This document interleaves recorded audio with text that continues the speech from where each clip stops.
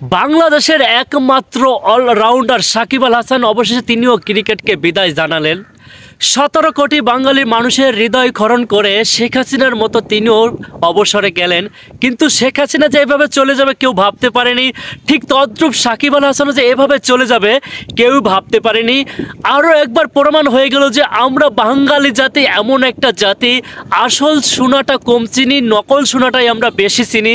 আর সাকিব আল হাসান প্রত্যেকের কাছে কম বেশি ধিক্কার হয়েছে, কিন্তু তার এই বিদায়টা আবার অনেকেই মেনে নিতে পারতেছে না। অনেকে খুশি, আবার অনেকে বেজার, আবার অনেকে দেখা যাচ্ছে তার এন্টি হয়েও এখন তারা অনুশোচনা করতেছে।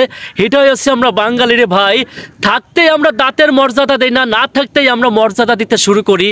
কিন্তু ভাই সময়ের জিনিস যদি আমরা সময়ে মর্যাদা দিতাম তাহলে এভাবে একে একে আমাদের রত্নগুলো আমাদের হারাতে হতো না। সাকিব আল হাসান ক্রিকেটের জন্য কী না করেছেন। তিনি ক্রিকেটের জন্য প্রত্যেকটা আম্পায়ারের সাথে যত বড় ক্ষমতাশালী হোক না কেন তাদের সাথে তর্ক বিতর্ক করেছেন, এমন কিছু নাই যে তিনি না করেছেন। সর্বশেষ সাকিব আল হাসানও তিনিও ক্রিকেটকে বিদায় জানালেন। আসলে একে একে এরকম সবারই স্থান ছেড়ে দিতে হবে, কিন্তু একটা নির্দিষ্ট সময় আছে। এই নির্দিষ্ট সময় অনুযায়ী যদি সবাই তার অবস্থানকে ছেড়ে দেয় তখন ভালো লাগে। কিন্তু সাকিব আল হাসান এখনও অনেক ভালো পারফরমেন্স করতেছিলেন, কিন্তু হঠাৎ করে তার এই সিদ্ধান্ত তিনি ভালো জানেন। কিন্তু আমাদের বাঙালির এখনও একটা সমস্যা আছে ভাই, আমরা ভালো কিছুকে সাপোর্ট দিতে পারি না, আমরা খারাপ কিছুকে বেশি সাপোর্ট দিই। আর এই জন্যই হয়তো বা সাকিব আল হাসান আজকে ক্রিকেট থেকে বিদায় নিছেন।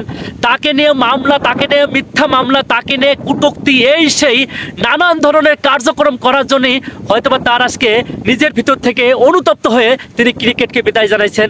কিন্তু এখনও বলি ভাই, আমরা সময়ের জিনিস সময়ে মূল্য দেই নয়। আমরা দাঁত থাকতে দাঁতের মর্যাদা যদি না করি, আমাদের একুলো হারাবে, ওকুলো হারাবে, সবগুলি হারাবে ভাই।